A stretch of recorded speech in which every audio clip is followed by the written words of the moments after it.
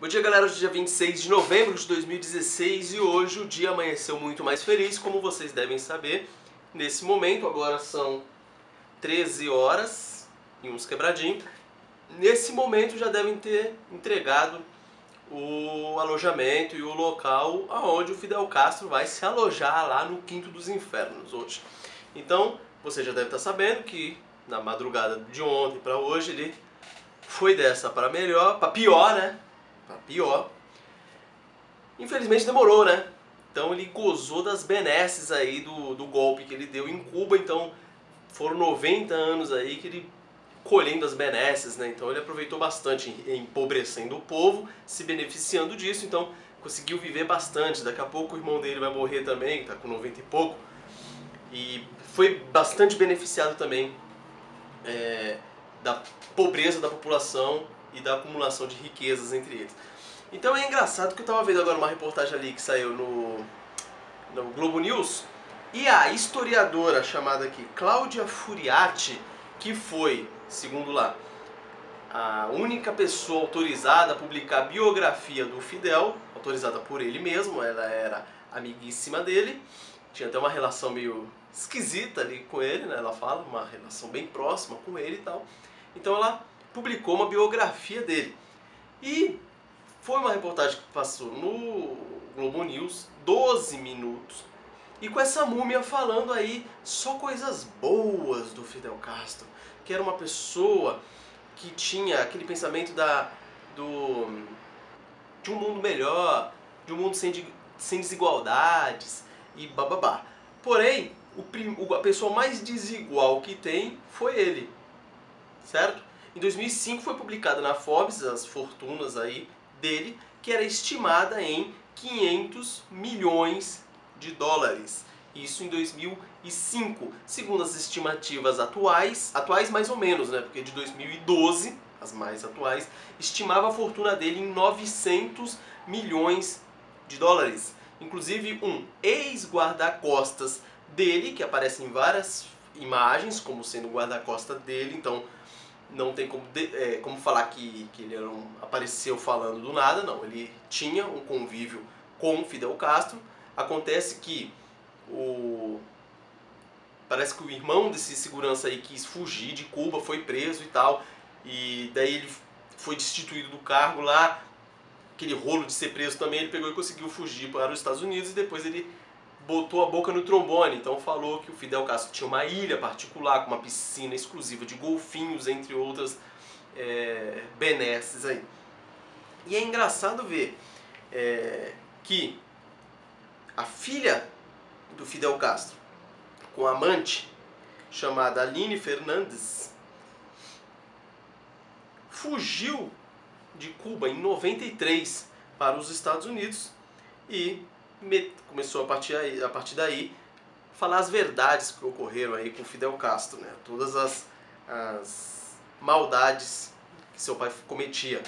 Então é interessante ver que a própria filha saiu de Cuba, se é um lugar tão bom. E aí a irmã dele também, chamada Joanita Castro, também foi para os Estados Unidos no início dos anos 60, para você ver como era bom Cuba, certo? Se a própria família dele está indo embora. E essa historiadora aí, essa Cláudia Furiati aí, vem com um monte de baboseira, dentre elas falando que ele tinha um pensamento humanista, ele sempre se preocupou com os problemas de opressão, de desigualdade, visava um mundo melhor. Sim, um mundo melhor para ele, né? Nem para a família dele toda, né? Para ele. Então ele visava mundo melhor para ele, obviamente. O que ele fazia? Pega o dinheiro de toda a população, miséria para a população, típico de comunista, e os que estão em cima vivem bem. Visualizem aí a vida do Lula aqui no Brasil. Saíram da miséria, vivendo bem lá em cima, e o povão aqui embaixo se lascando. Mais ou menos esse é o princípio comunista. Tá. Já vem falar que os cubanos hoje acordaram de luto. Será que é porque se o cubano lá for demonstrar que está feliz pela morte deles, não será preso, fuzilado e etc? Né? Deve ser por isso. Porque os cubanos que moram em Miami estão lá comemorando, estão felizes da vida pela morte desse vagabundo aí.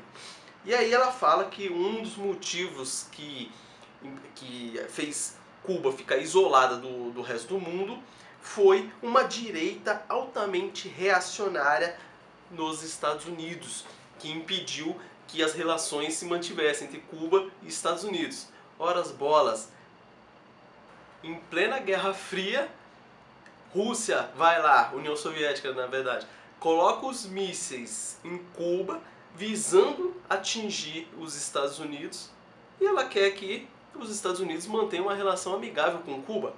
Tá de brincadeira, né? Essa historiadorazinha aí, essa Cláudia Furiati. Essa mulher não vale a pena nem comentar dela, mas é o que chamou a atenção aí, e pela abrangência midiática que deram dela.